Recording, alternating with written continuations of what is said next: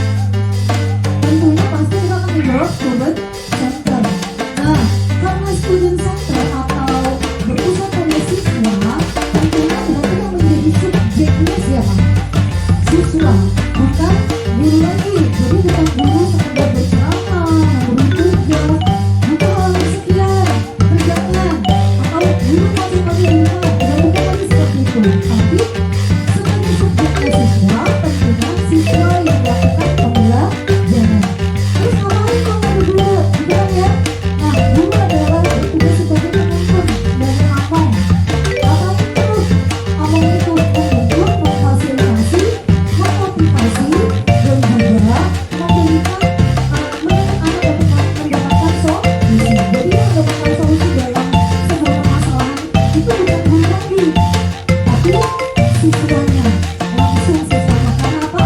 Karena kembali kepada student center yang berpusat pada siswa. Baik Bapak Ibu, kalau kita bicara tentang student center atau kita berbicara tentang berpusat pada siswa, tentunya kita tahu bahwa setiap siswa itu terlahir dengan keadaan yang unik. Kenapa saya bilang unik? Kita tidak boleh yang pertama mewajibkan semua anak pintar matematika. Oh, tidak boleh. Kenapa? Karena kembali bahwa setiap anak itu unik, memiliki minat, bakat, dan kemampuannya. Jadi tidak boleh nih, misalkan saya jadi guru kelas, saya sukanya matematika. Oh, saya harus nilai matematikanya semuanya 90. Tidak bisa Bapak Ibu. Atau mungkin saya sukanya bahasa Inggris misalkan. Kemudian saya inginkan anak-anak saya semuanya dapat 90 atau 100. Nah, itu tidak mencerminkan pembelajaran yang berpusat pada siswa. Karena apa?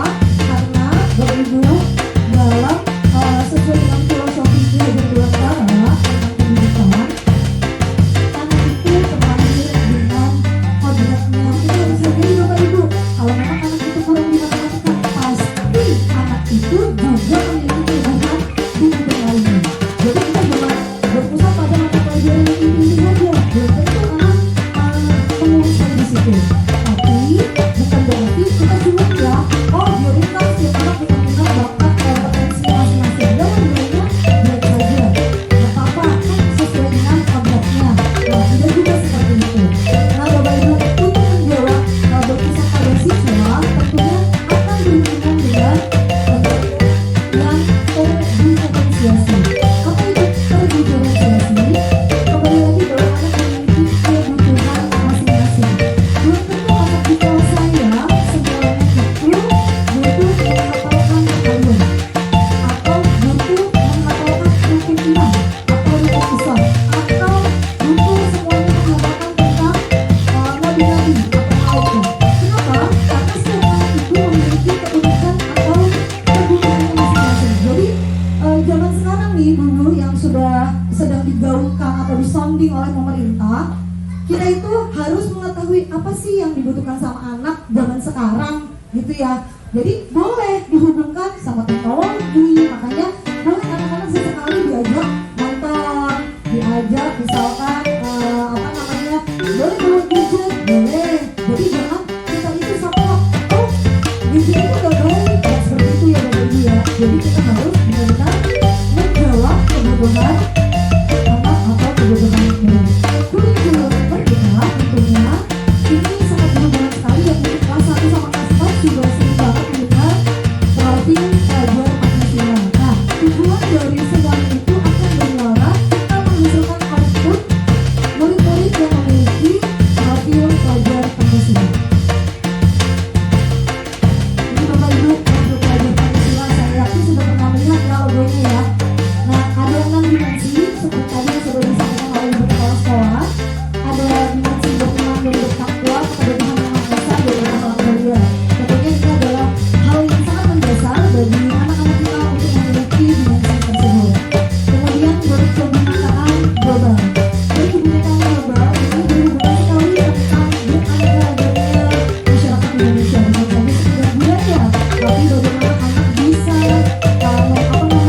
berinteraksi dengan berbagai kebudayaan, berbagai agama, berbagai suku, supaya apa? Supaya mereka bisa menyesuaikan diri terhadap kemajuan zaman dan globalisasi yang masuk ke negara kita. Yang ketiga yaitu bergotong royong. Tentunya kita pasti berpikir gotong royong itu identik sekali dengan bersih-bersih, ya. Padahal gotong royong di sini memiliki elemen yang paling kuat adalah bekerja sama atau berkolaborasi. Jadi bergotong royong tidak hanya harus kita bersih-bersih, piket, tidak seperti itu Bapak Ibu, tapi lebih berkolaborasi dalam pembelajaran. Kemudian apalagi sih yang elemen dalam bergotong royong? Yaitu yang kedua adalah kepedulian. Tanpa kepedulian atau rasa peka yang kita tumbuhkan kepada anak didik kita, tentunya kita tidak akan mendapatkan murid-murid yang memiliki sensitif tinggi terhadap lingkungan sekitarnya. Jadi perlu kita motivasi, kita kita dorong supaya mereka apa? Supaya mereka peduli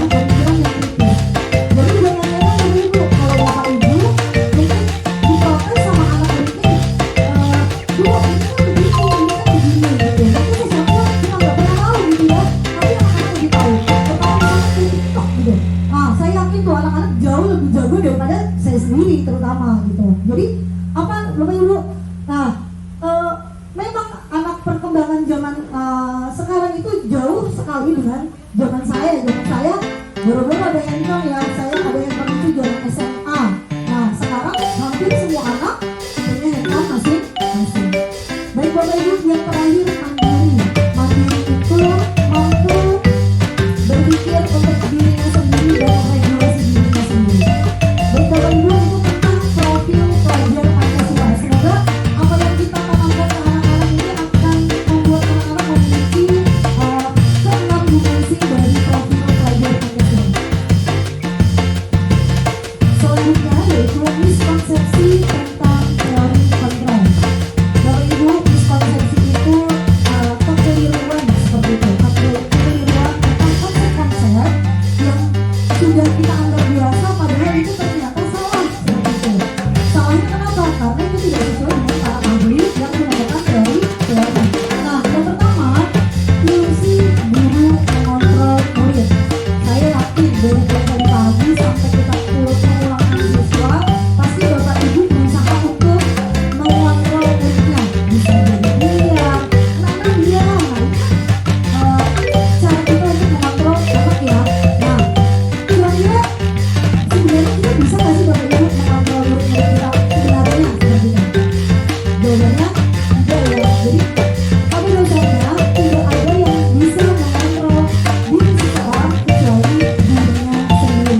Nah Bu, kok buatnya bilang pusing? Kenapa? Karena gini, seandainya si anak nurut, nah seandainya si anak nurut gitu, atau kita sebagai orang dewasa nurut terhadap sesuatu, nah kita balik lagi ke diri kita sendiri. Kita tuh nurutnya karena apa sih? Kita itu mau mendengarkannya karena apa? Kira-kira karena motivasi prinsip yang berasal dari dalam diri kita, atau karena kita takut, karena kita malu kalau kita nggak ngelakuin, atau karena kita nggak mau dicerewetin bu guru atau atasan kita. Nah, jadi pada dasarnya memang tidak ada yang bisa mengontrol diri kita kecuali diri kita sendiri, termasuk anak murid kita tidak bisa kita kontrol. Yang kedua yaitu ilusi bahwa penguatan positif efektif bermanfaat. Ternyata setelah dilakukan penelitian, ternyata penguatan positif ini tidak efektif Bapak Ibu. Seandainya efektif itu hanya bersifat sementara saja. Kenapa? Kita semuanya saya yakin baik guru kelas atau guru studi kalau di kelas, karena dia kalau diberikan baik, kita tahu bahwa itu tuh hanya sepersekian jam ya, betul nggak? Tuh, 15 menit dalam tugas baru. Pasti kita akan ngomong, anak-anak dia ya, jangan berisik, coba kerjakan dengan baik. Pasti kita akan mengulang kalimat yang sama. Kenapa? Karena tadi penguatan positif efektif kurang bermanfaat. Oke, yang kedua yaitu ilusi bahwa kritik dan membuat rasa bersalah mampu menguatkan karakter. Kita itu kadang-kadang termasuk saya Bapak Ibu ya, sebelum saya belajar di pendidikan guru penggerak, saya itu kadang-kadang kamu gimana sih kok ngerjain? Nah, ternyata saya sering banget membuat saya dari sana merasa bersalah atas saya ini. Nah, kamu gimana sih? Kamu ini bikin kecewa deh kalau kamu ngerjain ini, gitu kan? Kita pasti ada rasa kecewa. Tapi ternyata ketika kita mengungkapkan hal tersebut, itu tidak membuat anak-anak menjadi kuat karakternya, bahkan menjadi lemah. Kenapa? Karena tidak semua anak mampu mendengarkan itu dengan baik. Ada yang kecewa, mau guru ngomong apa gitu ya. Tapi ada anak yang langsung apa yang kita ucapkan masuk ke dalam hatinya. Kemudian apa? Dia akan menyadari bahwa dirinya adalah anak yang gagal. Nah itu yang harus kita hindari. Jadi kita tidak boleh membuat rasa bersalah kepada anak, apalagi mengkritik. Jadi lebih gimana dong Bu? Lebih kita memberikan saran yang baik tanpa perlu mengkritiknya, karena ini akan menjadi miskonsepsi yang kita rasa kenapa anak-anak tuh harus dapat kritik biar kuat karakternya. Ternyata itu juga salah. Baik Bapak Ibu, yang keempat yaitu ilusi bahwa orang dewasa berhak memaksa. Nah, saya sadari nanti Bapak Ibu bisa merefleksikan diri ya. Nah, kita itu sering sekali memaksa anak-anak.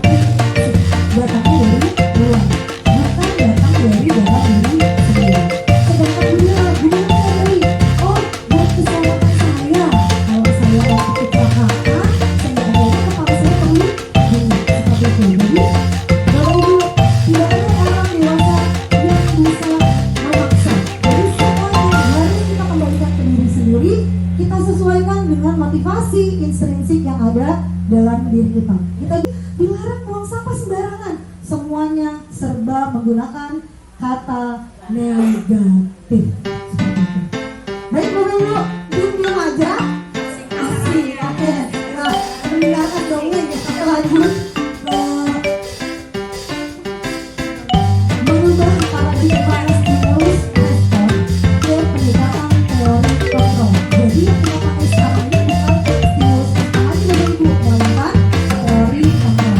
Apa aja sih tentang stimulus respon? Yang pertama, kita merasa bahwa kebutuhan setiap manusia itu sama, tapi ternyata kebutuhan manusia itu berbeda-beda.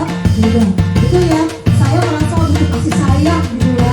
Belum tentu butuh kasih sayang, betul? Mungkin butuh uang yang banyak, mungkin seperti itu, ya kan? Meskipun saya juga butuh uang yang banyak. Oke, kemudian kita harus menyadari bahwa setiap orang memiliki kebutuhan yang berbeda, dan kita tidak bisa memaksa antara yang satu dan yang lain itu harus sama kebutuhannya. Kemudian semua orang melihat hal yang sama. Nah, kita kadang-kadang suka agak sedikit memaksakan kehendak dalam melihat misalkan kita melihat si Maria itu berbentuknya kotak gitu ya. Padahal mungkin ada orang yang melihat itu, aduh, pemilihan saya buat di tangan gitu. Sah-sah saja tidak. Sah-sah saja, kenapa? Balik lagi, setiap orang memiliki gambaran berbeda. Makanya kita tidak boleh menjudge atau menghakimi seseorang ketika melihat sebuah permasalahan. Mungkin dari si A permasalahan ini berat, mungkin dari si B permasalahan ini ringan. Yang kedua yaitu kita mencoba mengubah orang agar berpandangan yang sama dengan kita. Nah, Bapak Ibu, tanpa kita sadari ketika kita mengungkapkan teori-teori yang ada di diri kita ini, kita sebenarnya mengajak orang supaya memiliki pandangan yang sama terhadap kita. Kita jarang akan ngomong seperti ini. Bu Maulina menurut saya anak kelas 1B itu anaknya baik-baik kok. Nah, bagaimana menurut Bu Maulina? Seperti itu ya. Nah, biasanya orang akan terus cerita ini. Tapi di situ di dalamnya kita mengajak supaya Bu Maulina ini juga sama pemikirannya dengan kita. Nah, itu juga boleh ya Bapak Ibu. Kita harus memahami pandangan orang lain tentang dunia meskipun berbeda. Yang keempat, perilaku buruk dilihat sebagai suatu kesalahan. Kita itu sering sekali mengkotak-kotakan gitu ya, atau mengurut-urutkan bahwa ini anak baik, gitu ya. Kalau ini seperti baik, oh ini anak nakal, ini anak nggak baik, begini. Nah, kenapa? Itu tidak boleh ya Bapak Ibu, karena itu merupakan suatu kegiatan yang dilakukan oleh anak, oleh kita, karena memiliki tujuan tertentu. Kita tidak mungkin ada anak A, misalkan ada kasus A, si anak misalkan muncul di kelas kita gitu ya. Itu tidak mungkin tanpa ada alasan atau tanpa ada tujuan. Pasti ada tujuannya. Jadi sebelum kita menyalahkan anak, lebih baik kita memilih atau kita mendalami mengapa anak-anak tersebut melakukan hal tersebut.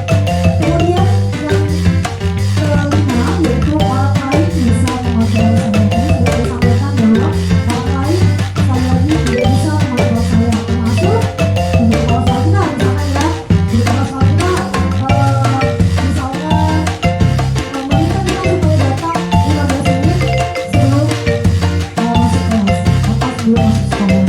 Nah, itu ibaratnya apa perintah gitu ya. Padahal tanpa kita disadari dengan motivasi intrinsik, ketika ada kepala sekolah itu kita dapat waktu 15 menit sebelum masuk. Tapi ini Bapak Ibu, ketika tidak ada kepala sekolah atau kepala sekolahnya lagi diklat atau yang lain-lain, kita kalau tidak punya motivasi intrinsik, nggak apa-apa lah dunianya nanti juga nggak ada di sekolah, datanglah jam 7.30 seperti itu. Jadi Bapak Ibu, kita harus sadari bahwa orang lain tidak bisa mengontrol diri kita. Yang bisa mengontrol diri kita hanya kita. Yang mau datang jam 7.15 termasuk saya, itu adalah saya sendiri. Kenapa? Karena bukan lagi kita menaati peraturan atau perintah, tapi kenapa? Karena ada nilai-nilai yang kita yakini. Kenapa kita harus datang 15 menit sebelum masuk seperti itu. Kemudian pemaksaan ada pada saat didikan gagal. Kadang-kadang kalau ada anak yang nangis di kelas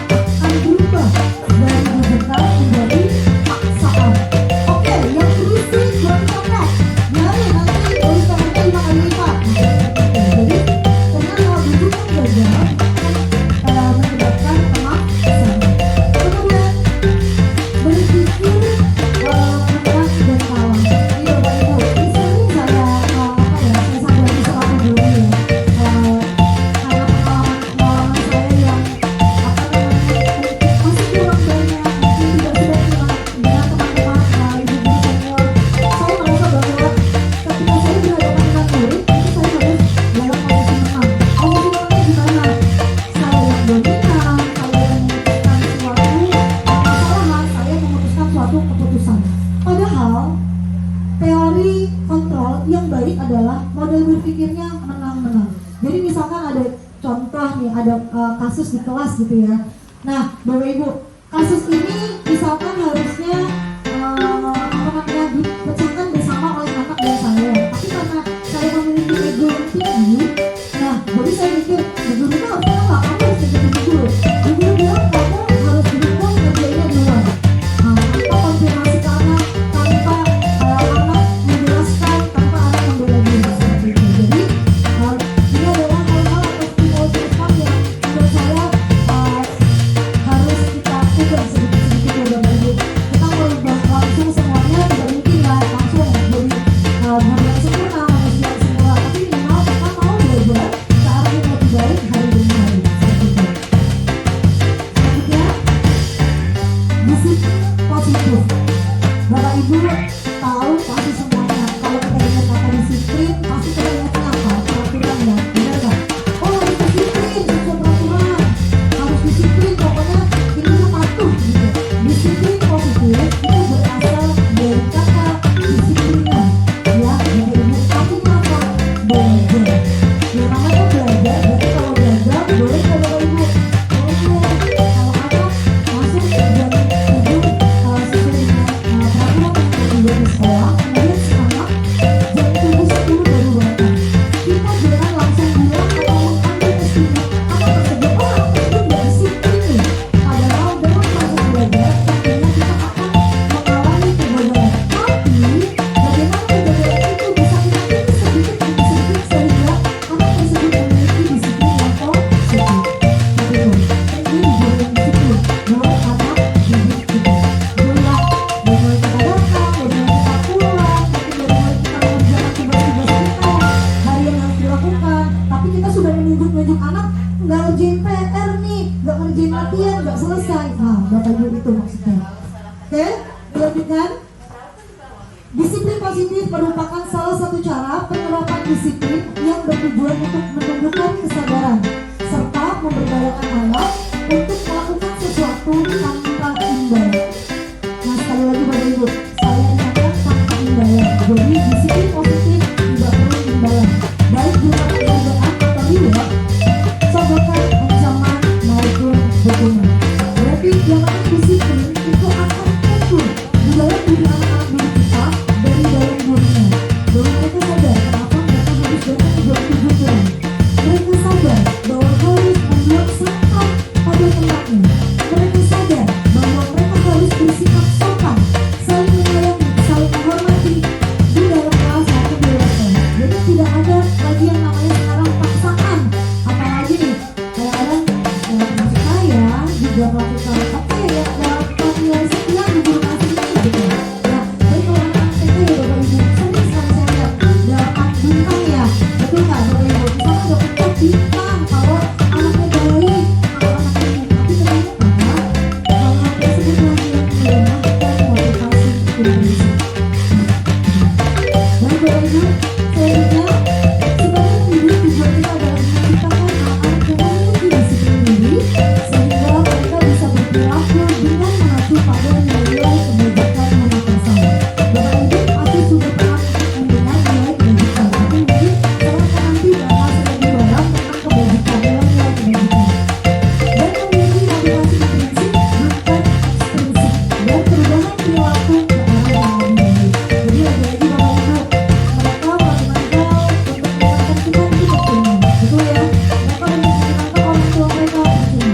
Mereka lagi ngerjain itu karena takut sama kita, karena kita sering ngomel-ngomel, itu percuma. Tapi mulai sekarang kita sama-sama membangun motivasi intrinsik. Mengapa mereka harus melakukan itu semua? Bukan karena kita, bukan karena orang lain, tapi karena diri mereka sendiri. Seperti itu. Baik Bapak Ibu, tadi yang sudah saya sampaikan nilai-nilai kebajikan. Apa sih nilai-nilai kebajikan? Yaitu nilai-nilai yang disepakati bersama, lepas dari suku bangsa, agama, bahasa maupun latar belakang. Nah, di sini ada beberapa contoh yang saya tampilkan, yaitu dari institusi atau organisasi seperti kita ketahui, profil pelajar manusia itu sudah sangat baik. Kenapa? Karena nilai-nilai kebajikan yang di dalamnya itu sangat berkarakter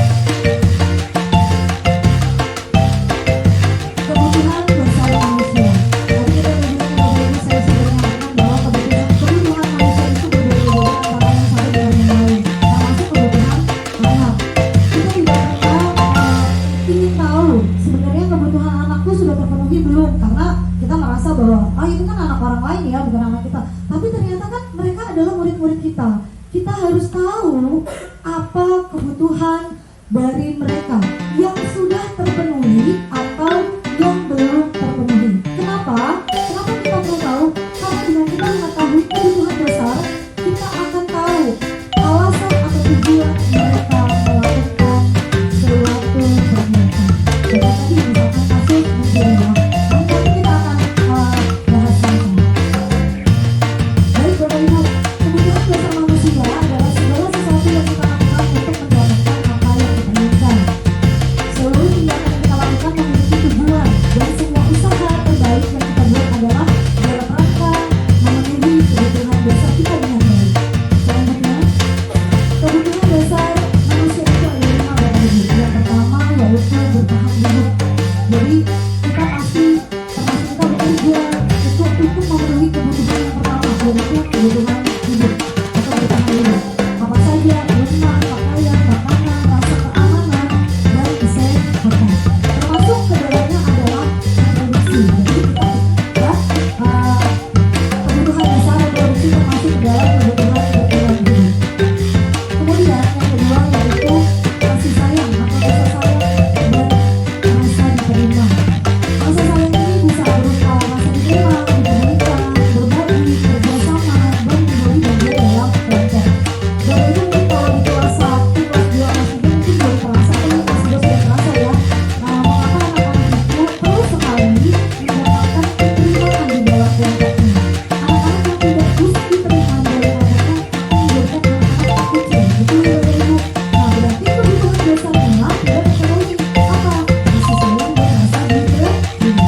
Banyak anak-anak di sekolah kita yang mungkin melakukan suatu hal juga karena alasan tidak terpenuhinya rasa kasih sayang dan rasa diterima ini. Yang ketiga yaitu penguasaan. Nah, penguasaan ini termasuk harga diri, keinginan untuk dianggap, memimpin, berprestasi, diakui, dan didengar. Jadi kalau Bapak Ibu punya anak murid di kelas yang selalu nunjuk kalau ibu guru bertanya, pasti ada ya, termasuk saya ada nih, yang nunjuk itu terus, sampai saya akhirnya bosan gitu ya, dan pengen yang lain juga. Tapi ternyata dia merasa bahwa si anak tadi ketika menunjuk ada rasa atau ada kebutuhan dasar yang terpenuhi, yaitu apa?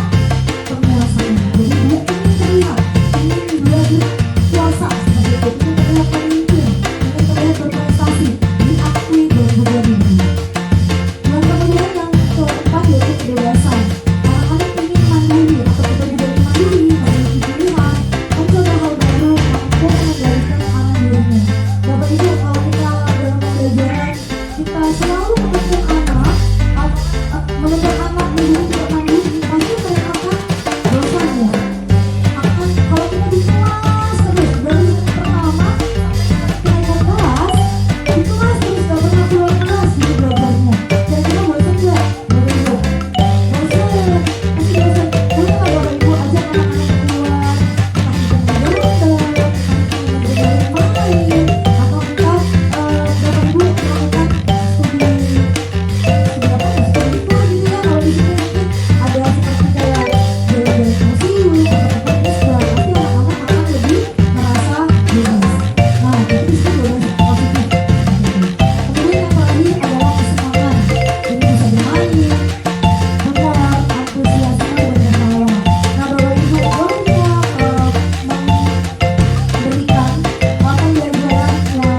pembelajaran yang santai tapi bermakna. Bukan belajar sambil bermain lagi, tapi boleh santai, tapi dalam kesantaian itu ada makna yang dapat diperoleh oleh anak-anak. Yang kelima yaitu motivasi perilaku manusia. Baik Bapak Ibu, tentunya kita semua sudah tahu ya, motivasi itu apa sih? Dorongan yang timbul pada diri seseorang secara sadar atau tidak sadar untuk melakukan suatu tindakan dengan tujuan tertentu. Seperti yang saya sampaikan, ada 2 macam motivasi, ada intrinsik, ada ekstrinsik. Kemudian yang pertama, motivasi terdiri dari ketidaknyamanan dan nyaman Bapak Ibu. Nah, jadi ada motivasi yang timbul dari diri kita ini, yang dari ketidaknyamanan dan lingkungan.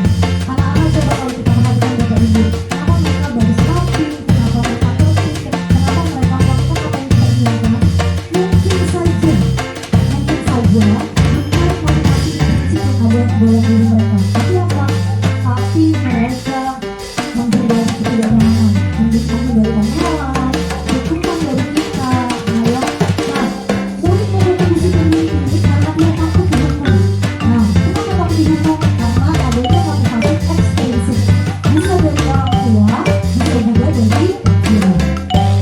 Yang kedua yaitu mendapatkan tunjangan atau penghargaan dari orang lain. Nah, Bapak Ibu, karena kita sudah mengetahui ya bahwa penghargaan itu tidak selamanya menjadi hal baik seperti itu ya.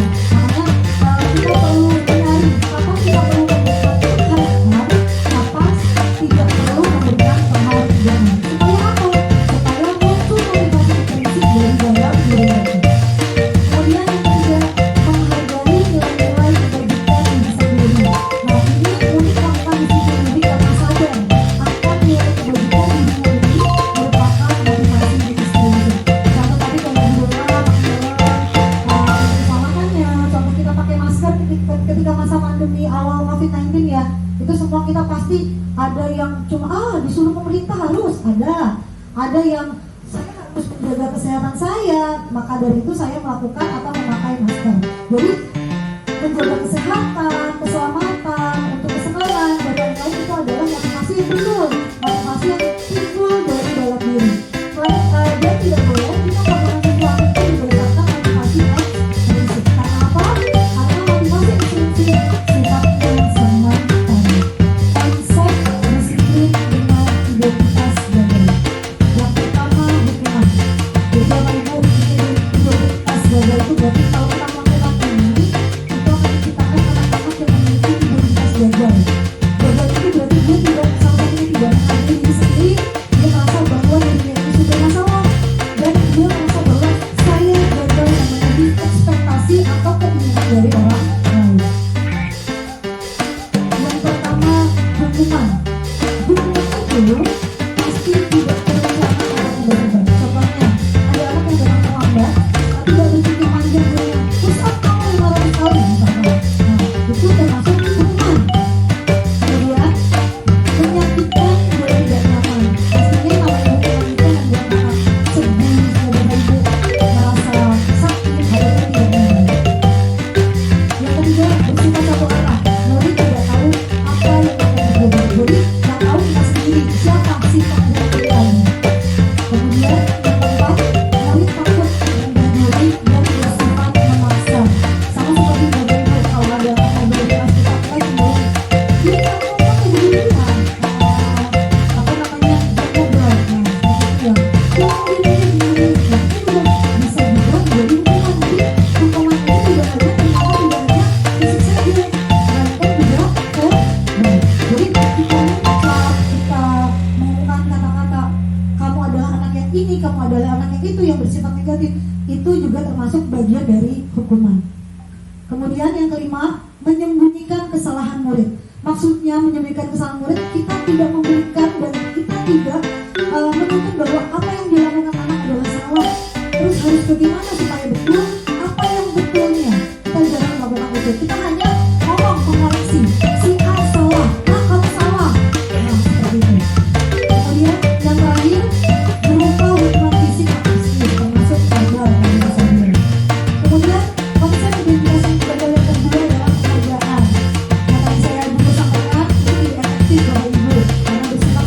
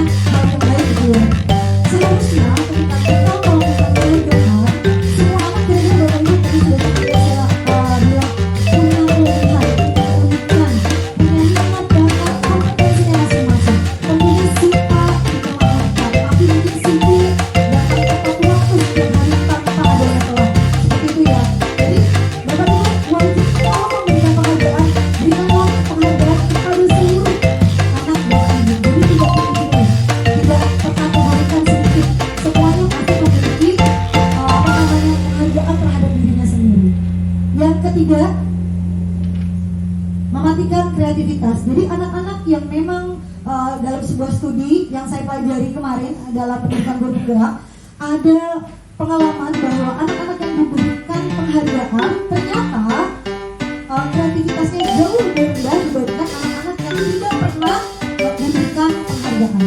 Seperti itu.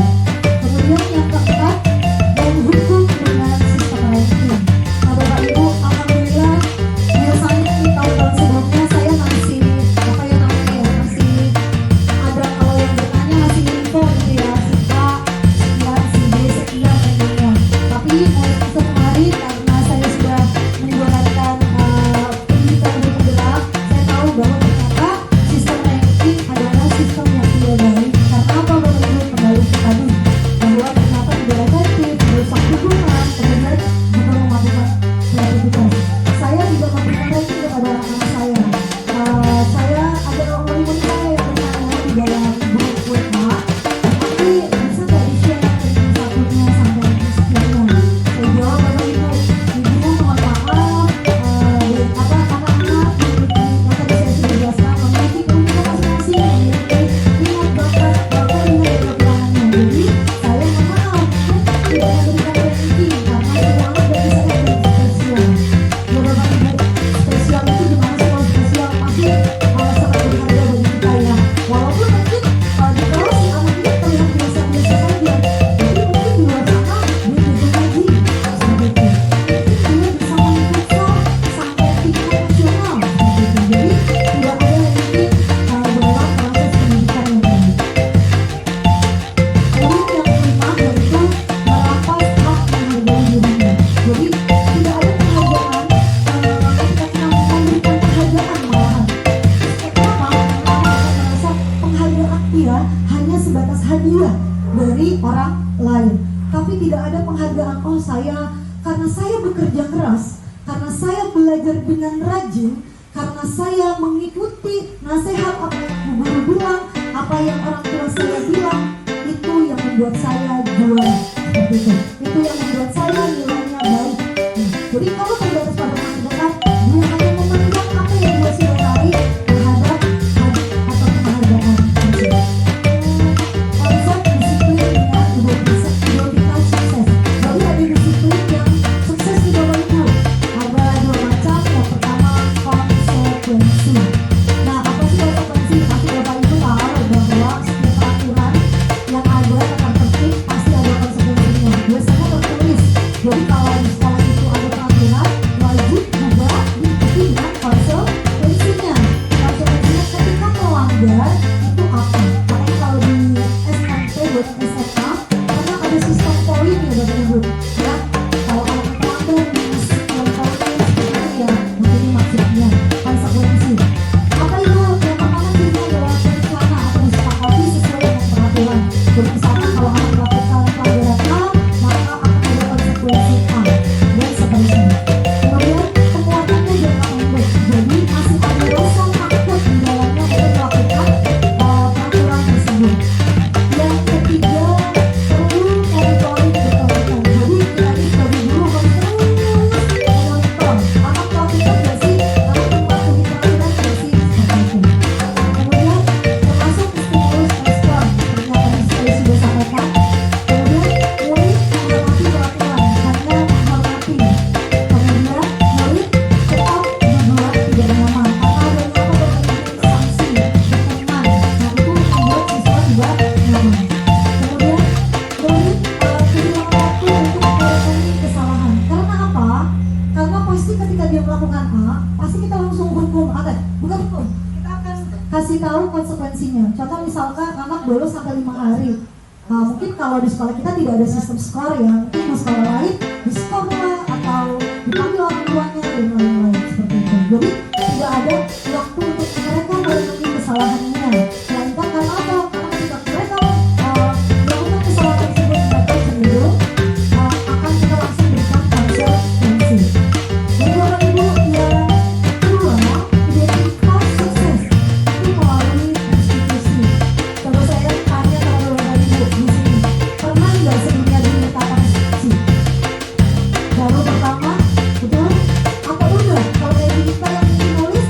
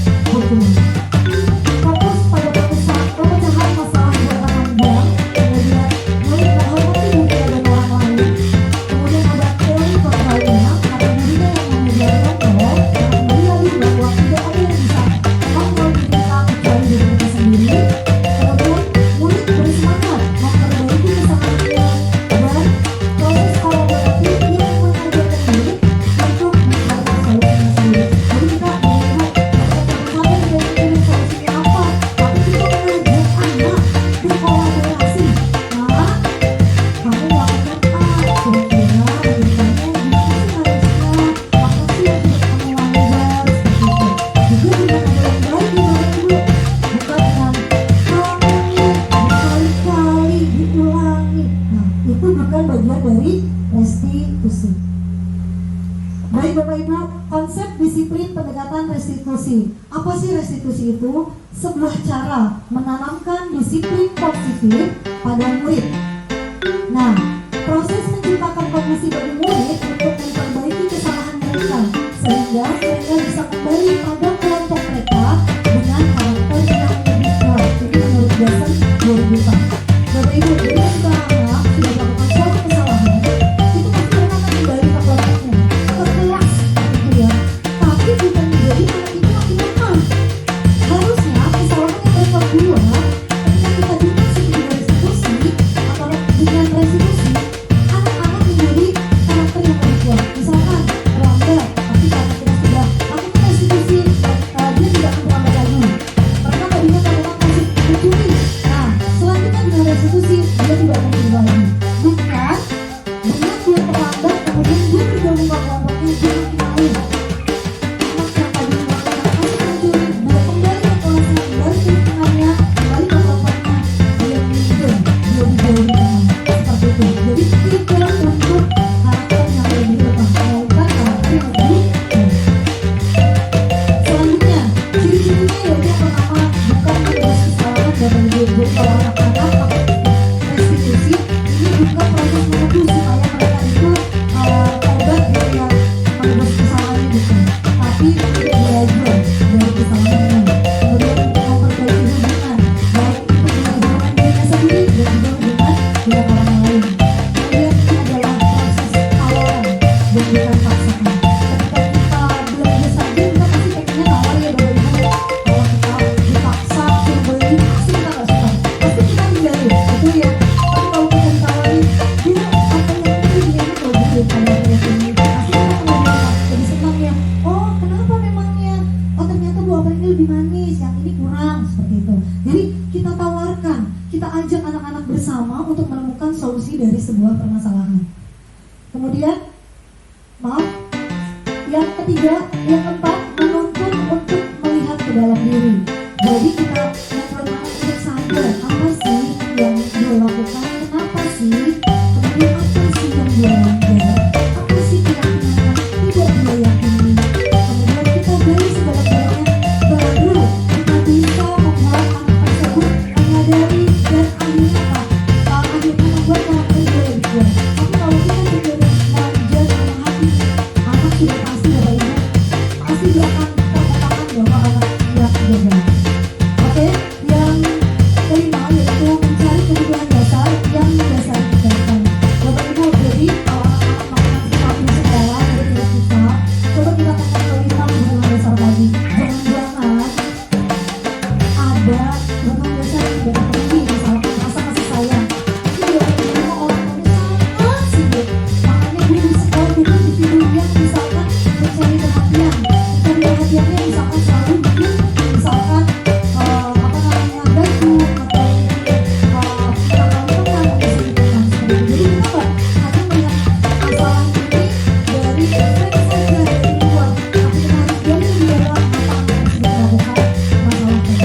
Kemudian fokus pada karakter dan tindakan. Jadi yang kita benahi adalah karakter dia, bukan tindakan dia. Misalkan tadi yang membuat dia itu, bukan jadinya yang kita perbaiki supaya dia tidak gaduh, tapi karakter si anak agar tidak gaduh. Seperti itu. Kemudian menguatkan dari fokus pada solusi. Jadi bukan lagi kita mencari bahwa ini salah.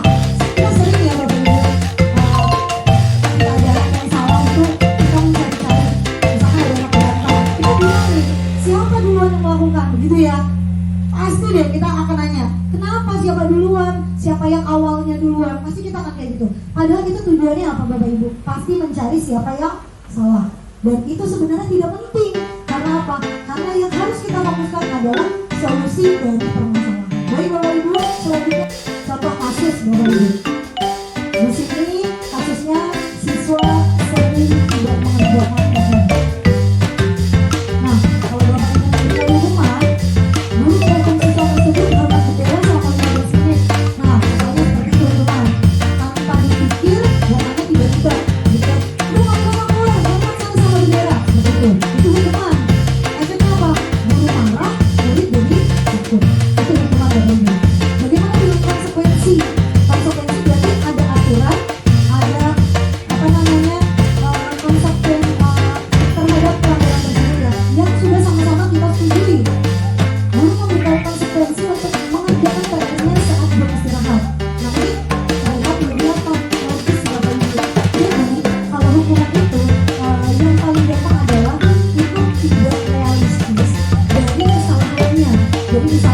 anak yang ngerjain PR tapi suruh bersih kamar mandi. Itu gak realistis ya Bapak Ibu, kesalahannya tidak nyambung. Jadi ketika dia tidak mengerjakan A, berarti hukumannya harusnya bukan hukuman ya, tapi konsekuensinya apa? Yang sama, yang memang terjadi dari kesalahan. Jadi bukan semena-mena lah kasarannya kita kesalahannya apa, tapi hukumannya apa. Kemudian ini guru tegas siswa mengenai aturan. Namun ada yang lebih baik lagi, ada restitusi. Guru menanyakan pihak-pihak kelas atau bimbingannya dan membantu siswa menyelesaikan masalahnya. Kemudian memang tidak kan guru menjadi terbuka dan siswa mengenai bimbingannya dan lain-lain. Bapak Ibu penting sekali kita bertanya, kenapa sih anak yang ngerjain PR?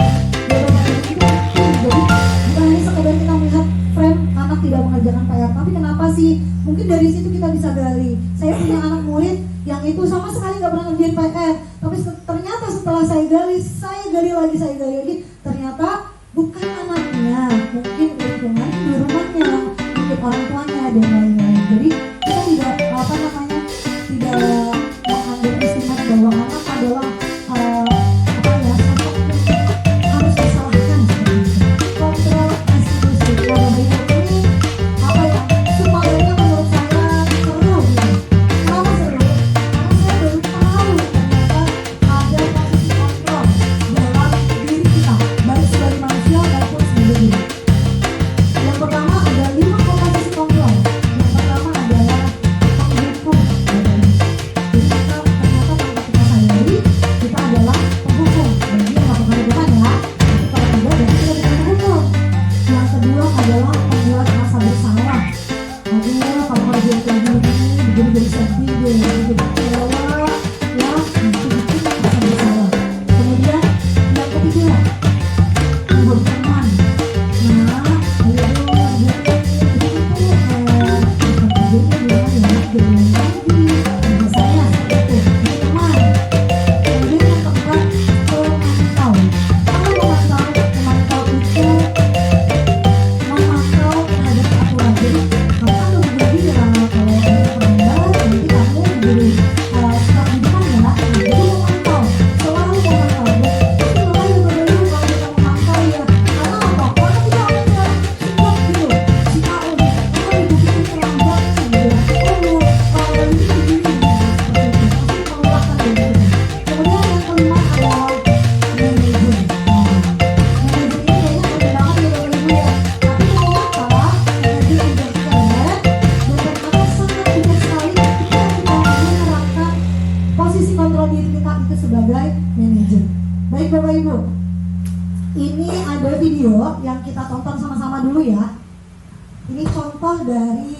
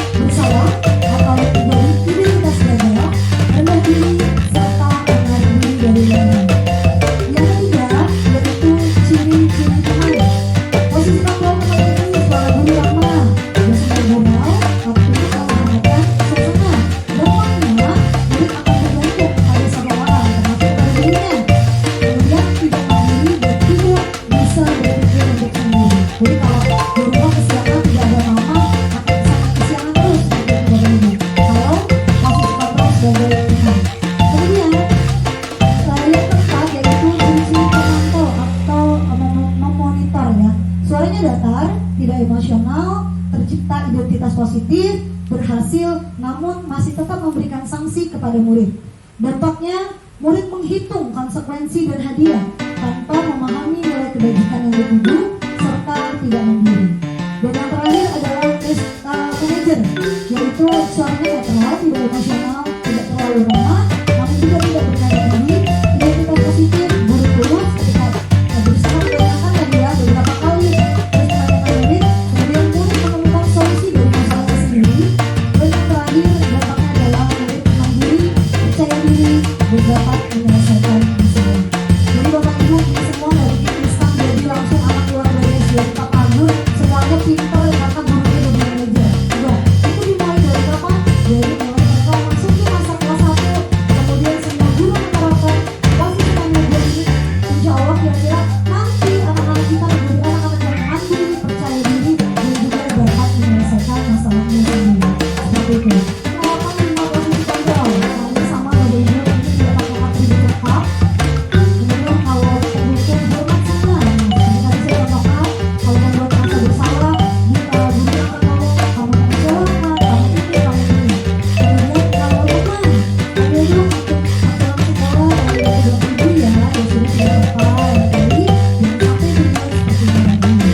Kemudian pemantau, kamu sudah melanggar peraturan sekolah, kamu tahu konsekuensinya adalah setelah upacara kamu ikut koperasi dan jangan diulang lagi.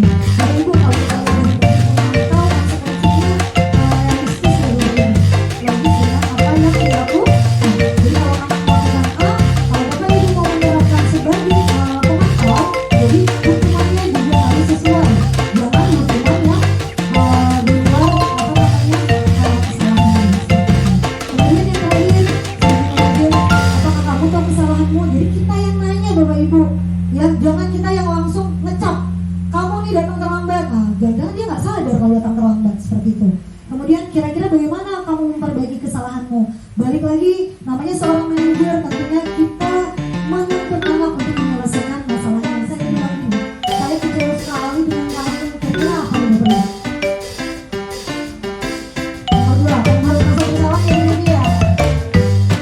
Betul, membuat merasa bersalah. Kemudian kamu tidak pernah benar melakukannya. Hati-hati, hukum, betul, penghukum.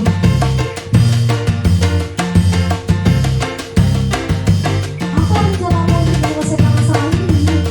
Benar diri. Oke. Kemudian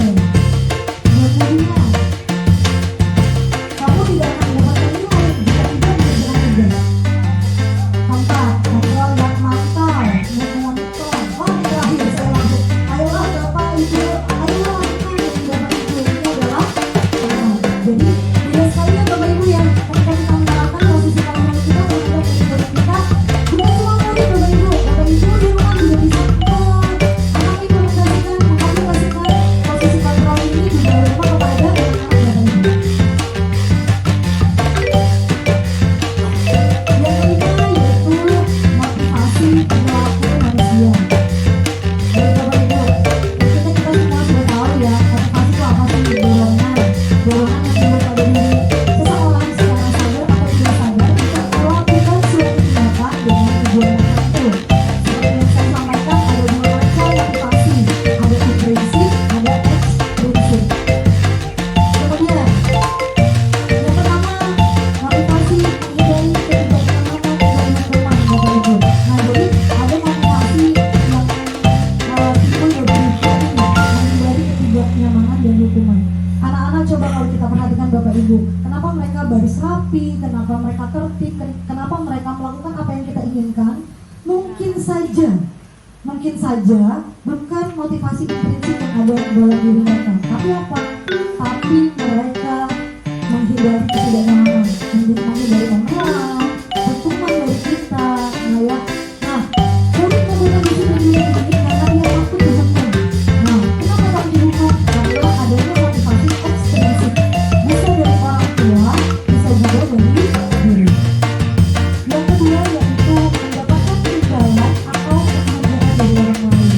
Nah Bapak Ibu, karena kita sudah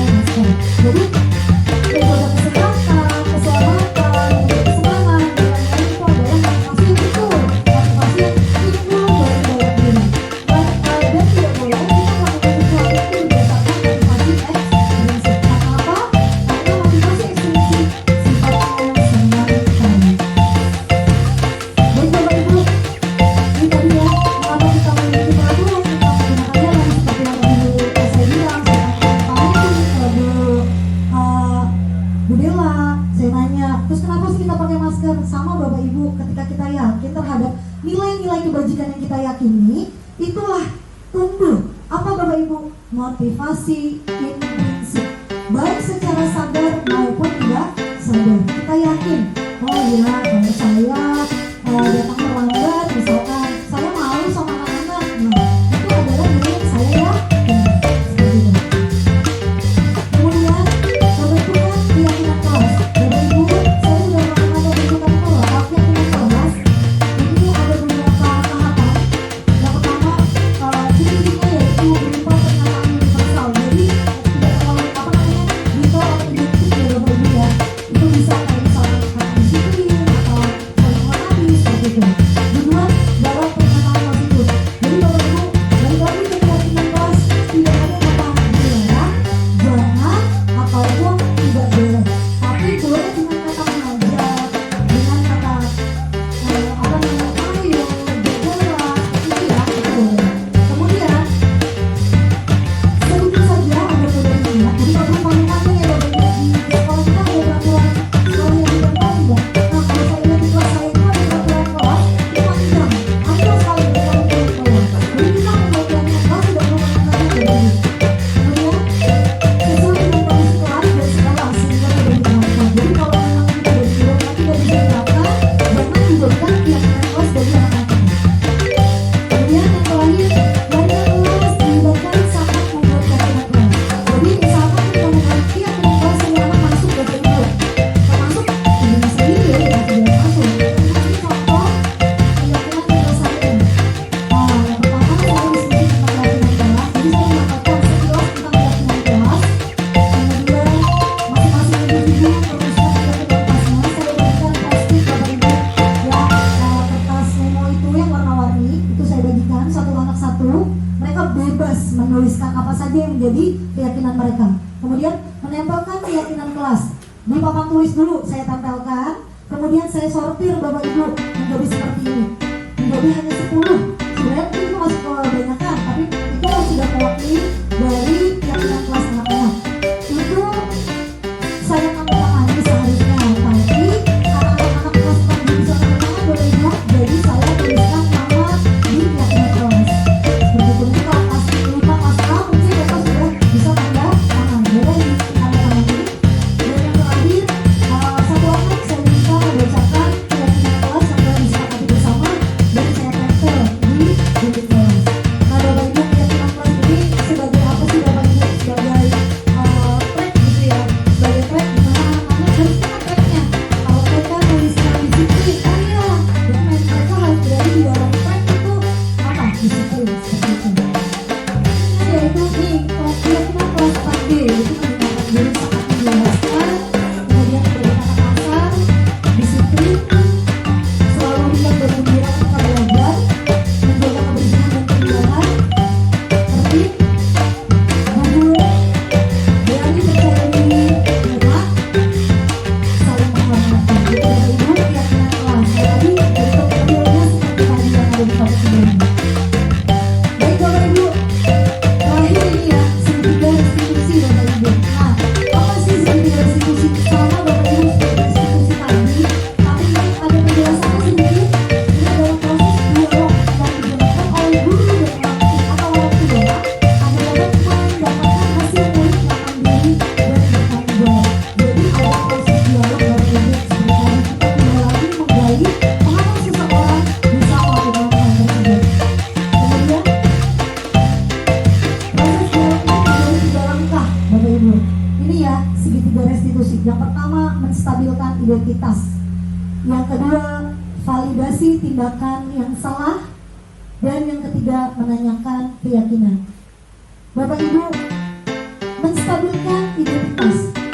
Berdasarkan prinsip membuat kesalahan ini adalah bagian dari proses pembelajaran. Jadi Bapak Ibu ketika menstabilkan identitas, Bapak Ibu bukan langsung menyalahkan atau apa namanya memberitahu anak itu salah apa, tapi Bapak Ibu bisa mengucapkan kalimat-kalimat berikut. Berbuat itu sebenarnya salah itu wajar nah, tidak ada manusia yang sempurna.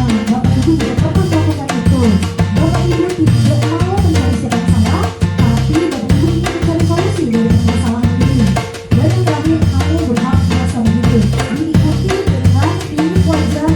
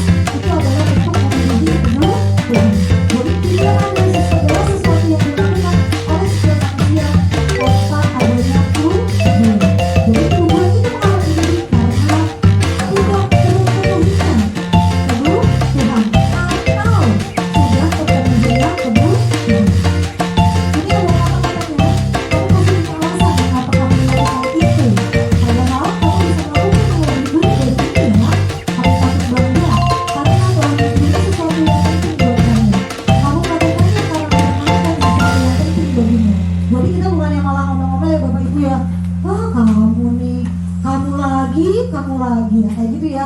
Meskipun anaknya itu lagi mulia menanyakan keyakinan, murid akan diberi pertanyaan-pertanyaan berat seperti tadi di posisi manajer untuk memunculkan motivasi secara intensif. Apa keyakinan terus kita, nilai apa yang harus disepakati bersama, seperti apa gambaran sebelum kelas yang dilalui oleh kamu, dan kamu menjadi seorang kawan seperti apa. Itu boleh kita tanyakan dalam tahapan menggunakan silakan seperti diskusi yang sudah saya lakukan di kelas terhadap contoh dari dua kasus.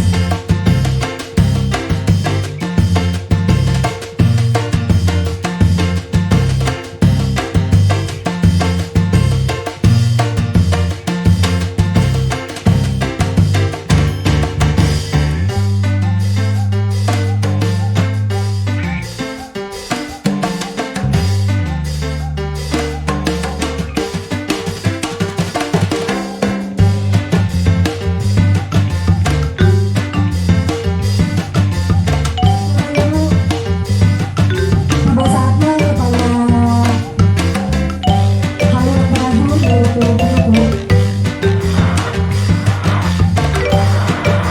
Dalam menerapkan program disiplin positif, hendaknya guru memiliki standar kompetensi baru, yaitu standar pedagogik, standar kepribadian sosial dan profesional yang baik, di mana guru mampu merefleksikan dirinya dalam posisi kontrol terbaik murid dan berkenan dirinya sebagai kawan atau sebagai manajer yang menuntut murid-muridnya berbarisan yang membangun, merdeka, dan bertanggung jawab sesuai dengan standar yang diberikan.